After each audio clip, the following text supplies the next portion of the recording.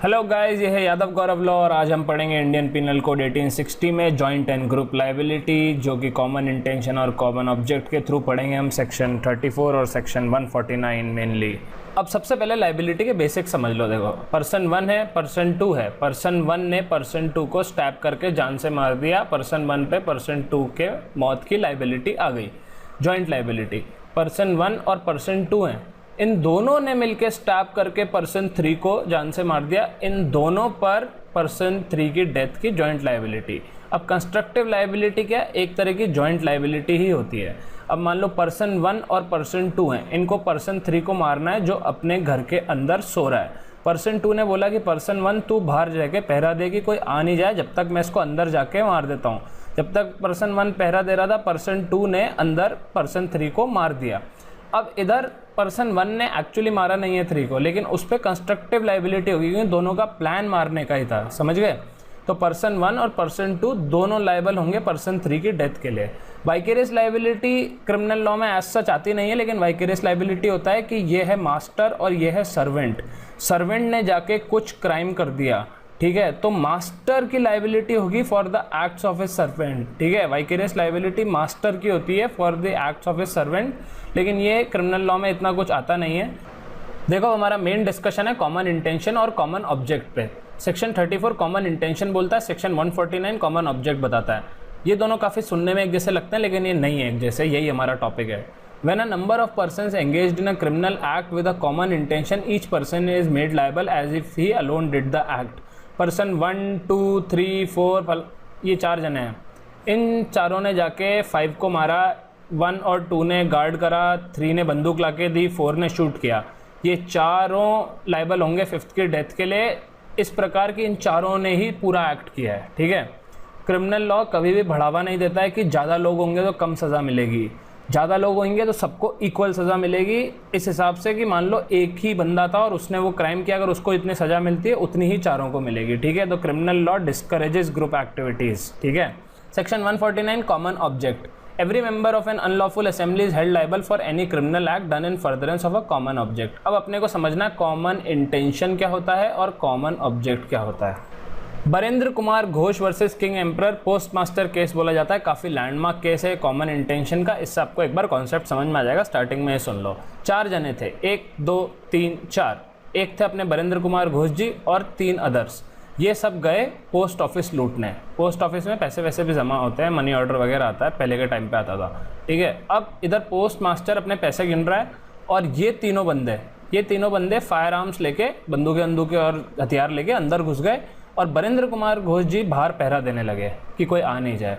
इन्होंने post master को बोला मेरे को पैसे दो, पोस्ट मास्टर बोला नहीं दूंगा, तो इन तीनों ने पोस्ट मास्टर को जान से मार दिया। ठीक है, और फिर ये तीनों भागने लगे। ये तीनों जब भागने लगे तो बरेंद्र कुमार घोष जी भी इनके साथ हो लिए और ये सब भाग गए। लेकिन बरेंद्र कुमार घोष जी को धर लिया गया और बरेंद्र कुमार घोष जी पे सेक्शन 302 जो कि मर्डर होता है और सेक्शन 34 जिसके थ्रू इन्होंने मर्डर लगाया, क्योंकि बरेंद्र कुमार घोष ने मर्डर किया नहीं था। तो बरेंद्र कुमार घोष जी ने बोला कि देखो, मैं तो सिर्फ बाहर गार्ड दे रहा था और मैंने मर्डर नहीं किया, मर्डर उन तीनों ने किया है, तो मेरे को आप ऐसे सजा कैसे दे सकते हो? मैं तो सिर्फ गार्ड दे रहा था वहाँ पे, मैंने थोड़ी ना एक्चुअली उसको मारा है। तो कोर्ट ने बोला कि नहीं ब्रो, कॉमन इंटेंशन, अगर आप चारों मिलके कोई एक्ट करने जाते हो और वो मतलब एक्ट मतलब क्राइम, कोई क्राइम करने जाते हो और वो क्राइम हो जाता है, तो उस क्राइम के लिए आप चारों को ऐसे ट्रीट किया जाएगा जैसे आप चारों ने इंडिविजुअली वो पूरा क्राइम किया है। तो बरेंद्र कुमार घोष जी पे लायबिलिटी आएगी बाहर खड़े होकर पहरा देने की और इन तीनों की और मर्डर की और हर चीज़ की, और इनको कन्विक्ट कर दिया गया। ठीक है, कॉमन इंटेंशन समझे? इन चारों ने प्लानिंग की थी पहले क्राइम करने की। वो क्राइम करते हुए इन्होंने जो भी एक्ट करी हैं उनकी लायबिलिटी, हर बंदे की एक्ट की लायबिलिटी चारों पे होगी। समझ में आए? बहुत ही लैंडमार्क केस है ये, Barendra Kumar Ghosh versus king emperor post master case बोलते हैं। ये तो लिख के ही आना अगर कॉमन इंटेंशन का क्वेश्चन आता है तो। देखो, इंटेंशन अपन ने मेंस में पढ़ा था, क्या होता है intention? Highest degree of mens होता है इंटेंशन। हायर कल्पेबिलिटी होती है नॉलेज, रैशनेस और नेग्लिजेंस में, और इंटेंशन कहीं डिफाइंड नहीं है इंडियन पिनल कोड में, लेकिन कॉमन इंटेंशन है।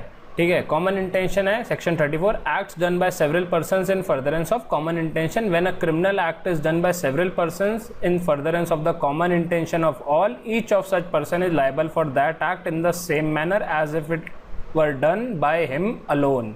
समझ गए? वरेंद्र कुमार घोष में देखा था ना, 4 जनों ने मिलके अलग अलग एक्टिविटीज़ की, 3 जनों ने मारा, 1 जन ने गार्ड दिया, चारों मारने के लायबल होंगे। ठीक है, चारों की लाइबिलिटी ऐसे होगी कि जैसे उन्होंने अकेले ही ये काम किया है। ये होता है कॉमन इंटेंशन।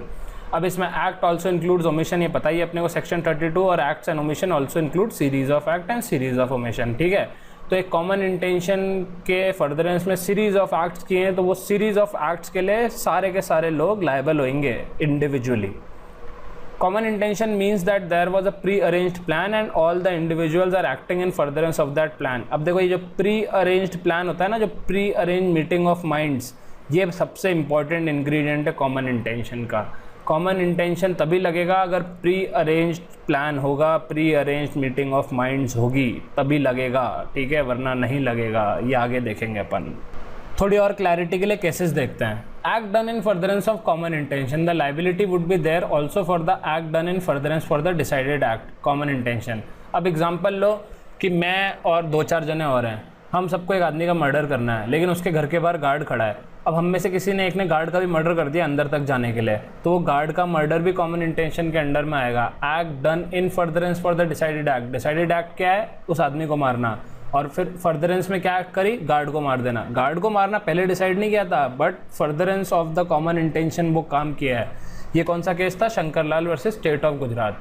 तो act done in furtherance of common intention are also part of common intention. ठीक है, on spot meeting of minds, the pre arrange plan में develop on spot between people, but there should be clear and unimpeachable evidence for that inference. ठीक है, अब इसका क्या मतलब हुआ कि एक रिक्वायर्ड कंडीशन है, मीटिंग ऑफ माइंड्स होना ही चाहिए एक्ट से पहले, लेकिन ऑन स्पॉट भी तो हो सकता है मीटिंग ऑफ माइंड, लेकिन उसके लिए एविडेंस होना चाहिए। मान लो मेरे को किसी को मारना है और एक पूरा क्राउड है मेरे साथ, और मैं क्राउड को चिल्ला के बोलता हूँ कि चलो इसको जान से मार देते हैं, और सारे मिलके उसको जान से मार देते हैं। साफ साफ दिख रहा है कि मीटिंग ऑफ माइंड्स हो रहा है, मैं उनको साफ साफ मुंह पे चिल्ला के बोल रहा हूँ और वो अग्री कर रहे हैं, तो मतलब हम दोनों का कॉमन इंटेंशन है, क्राउड का भी और मेरा भी।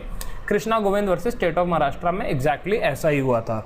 नेक्स्ट है सिमिलर इंटेंशन। अब देखो, similar intention is not common intention. ठीक है, the intention could be similar but it is not common intention under section 34 if pre meeting of minds can't be proved. इसमें केस है Pandurang versus state of Hyderabad. इसमें mister Pandurang plus 2 others, ठीक है, ये तीनों ने मिलके एक बंदे को जान से मार दिया। ठीक है, अब इन तीनों ने मिलके जान से मार दिया, लेकिन केस ऐसा था कि आई विटनेस की जो कहानियां थी वो थोड़ी अलग अलग थी, और ऐसा डिसाइड नहीं हो पा रहा था कि इन तीनों का कॉमन इंटेंशन उसको जान से मारना ही था। मतलब तीनों ने उस पर अटैक किया, तीनों ने ब्लोज दिए उसकी बॉडी पे, लेकिन वो जो ब्लोज थे उन तीनों के अपने अपने खुद के एक्ट्स के लिए इनको इंडिविजुअली लायबल किया गया। क्यों? क्योंकि कॉमन इंटेंशन प्रूव नहीं हुआ। सिमिलर इंटेंशन था इनका था कि उसको मारना है, लेकिन कॉमन इंटेंशन प्रूव नहीं आया, pre meeting of mind prove नहीं हो पाया। ठीक है, सर्कमस्टेंसेज ऑफ द केस से, तो इन तीनों को अपनी अपनी एक्ट्स के लिए लायबल किया गया। जितना इन्होंने इंडिविजुअली किया था उतने के लिए इनको लायबल किया गया। समझे?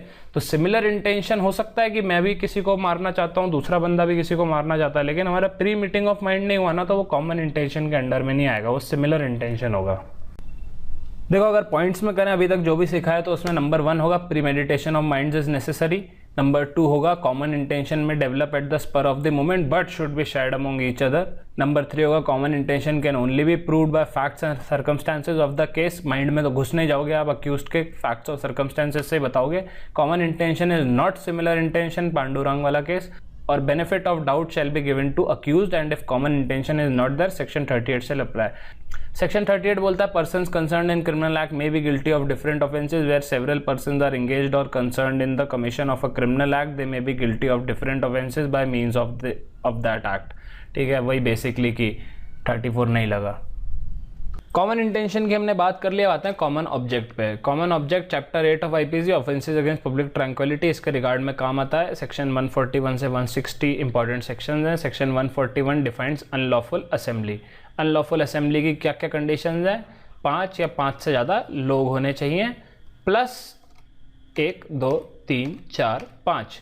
इन 5 में से एनी वन, ठीक है, एनी वन और मोर, ठीक है, इनमें से कोई कंडीशन फुलफिल होनी चाहिए, जैसे resist the execution of any law, to commit any mischief और क्रिमिनल ट्रेसपास, मतलब ये इन सब में से कुछ किया होना चाहिए वो 5+ लोगों ने, तभी उनको अनलॉफुल असेंबली के लिए लायबल किया जाएगा। कॉमन इंटेंशन में हमने देखा था ऐसे कोई 5 स्पेसिफिक चीज़ें या ज़्यादा स्पेसिफिक चीज़ें नहीं दे रखी थी, वो उसका एम्बेट काफ़ी वाइड था, लेकिन अनलॉफुल असेंबली में इसी 5 के अंडर में अगर कुछ आता है तो ही अनलॉफुल असेंबली कंसिडर होगी।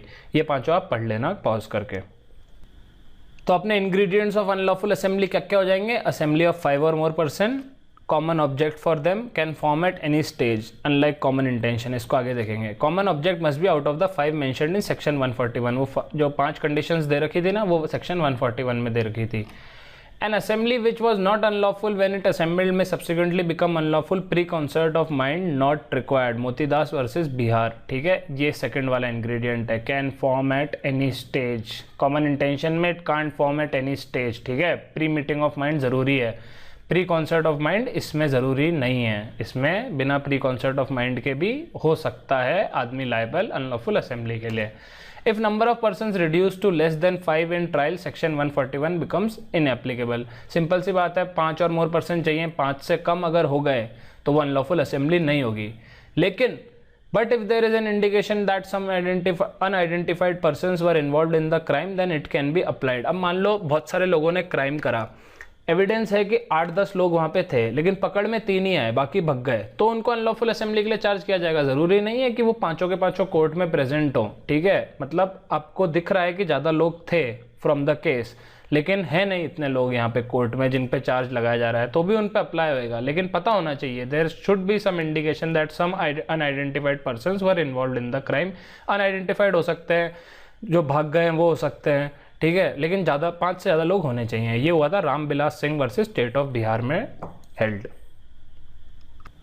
कॉमन इंटेंशन हमने पढ़ लिया, कॉमन ऑब्जेक्ट हमने पढ़ लिया। अब इनके बेसिक डिफरेंस एक पेज में यहाँ देखो आप, कॉमन इंटेंशन, कॉमन ऑब्जेक्ट। अब ये डिफरेंसेस हैं। Section 34 does not create offence in itself, only lays down principle of joint liability. अब कोई सेपरेट ऑफेंस होना चाहिए, ठीक है, वो separate offence added with 34 creates joint liability. 34 in itself does not create any liability, ठीक है। 34 कोई ऑफेंस नहीं होता, 34 बस एक थ्योरी है।